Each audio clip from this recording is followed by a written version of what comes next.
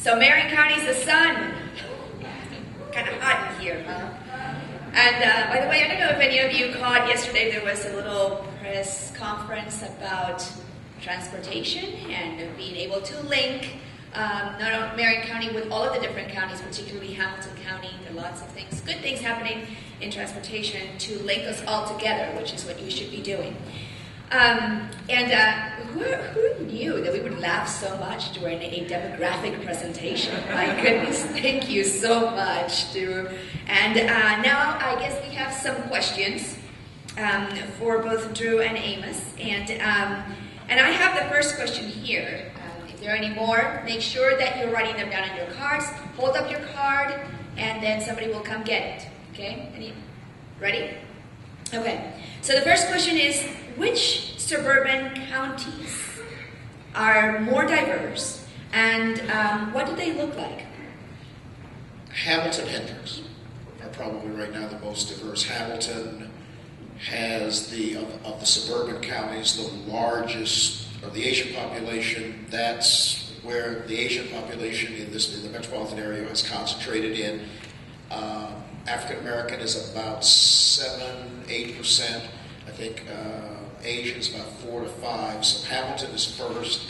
Hendricks is second, primarily because of all those housing subdivisions that were built west of Raceway Road in unincorporated Avon and in semi-unincorporated Brownsburg, where people thought they were moving to Indianapolis until all of a sudden they had to vote, and they discovered, why is Andre Carson not on my ballot? Who are these strange people in this strange polling place? And the people in Hendricks County looked at me and said, where'd y'all come from? Those two, the Hancock, not as much. There was like a subdivision out by Mount Comfort, in the Mount Vernon School Corporation. One of the keys to look at how areas are changing, look at school enrollments. Look at the change in the racial composition of school enrollments, and that's where you first can spot where demographics are changing in an area. I totally agree with everything that was just said.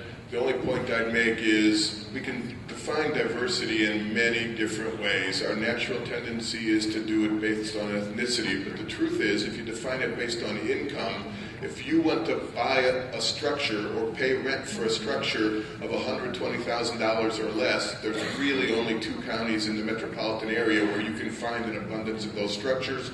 One is Marion County, the other is Shelby, which basically is not growing, right? And so when you talk about income diversity, there's really much less of that out there in those suburbs than there is racial ethnic diversity in the suburbs. Excellent. And income diversity is something that we don't talk about a lot, but it's something that we do need to pay attention as well. Here's an interesting question. How has diversity of nationality, in other words, immigration, changed? And what about gender?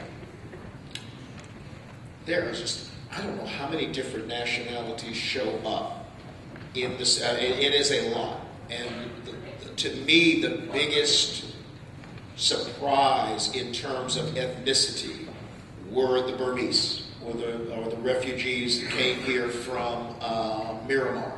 When you saw the slide about Asians in Perry Township, that is driven by the Burmese. In fact, in the Asian community in Marion County, the largest subgroup prior to this census were Asian Indians, our immigrants from the subcontinent of India. Now it is the Burmese, is the largest group just on the Asian side. And I think that's something that's not gotten a lot of recognition. And there are 2 counties that absorb a lot of the Burmese immigrants here in Marion County and then up in Allen County. In the big picture, up until the end of World War II, of course, the primary immigrants were Europeans, first Western Europeans, then Eastern Europeans. Now, we pretty much don't have a European in-migration of folks. It tends to be Asians and Hispanics who principally migrate into the United States.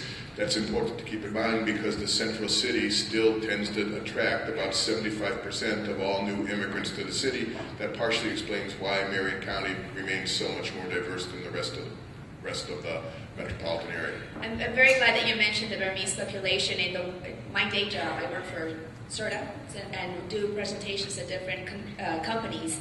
that do logistic work, things like that. And it used to be, when I first started working in that area, that we would need a Spanish interpreter, right, to be able to do presentations and things like that.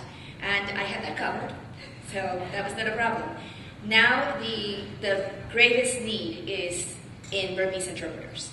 And we know that also the influx into the Marion County area, you have different groups also. There's an urban group that comes from Myanmar, and also a group, a more agricultural-minded group that comes. So there's even diversity within that group. Hey, this has nothing to do with data, but I grew up in the Chicago part of Indiana, and when I moved here in about '84, I think it was, when I first got here, I said, hey, where's a great Italian restaurant?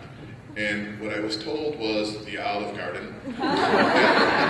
That made me nervous about moving here. And then I said, well, if it's the Olive Garden, where should I go for Mexican food? And they said Chi-Chi's. And I thought, oh, dear God, what have I moved to?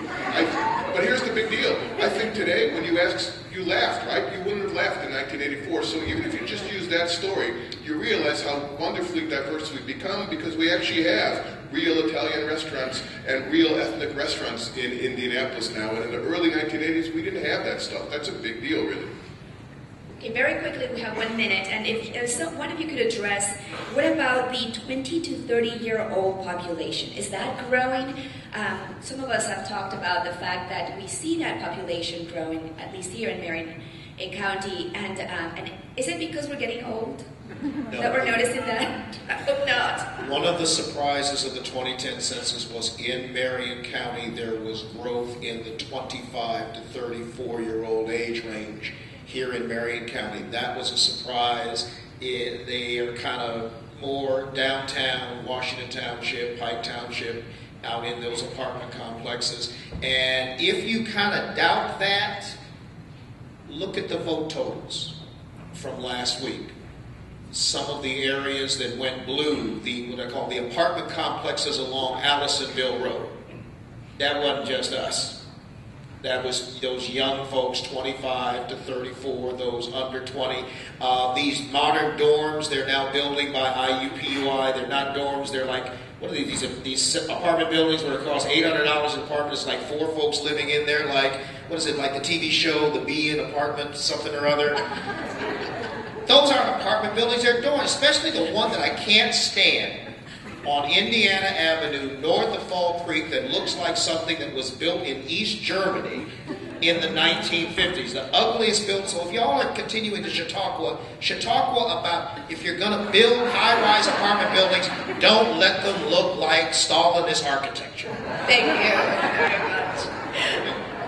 We are almost done. Actually, there is a question for you, too.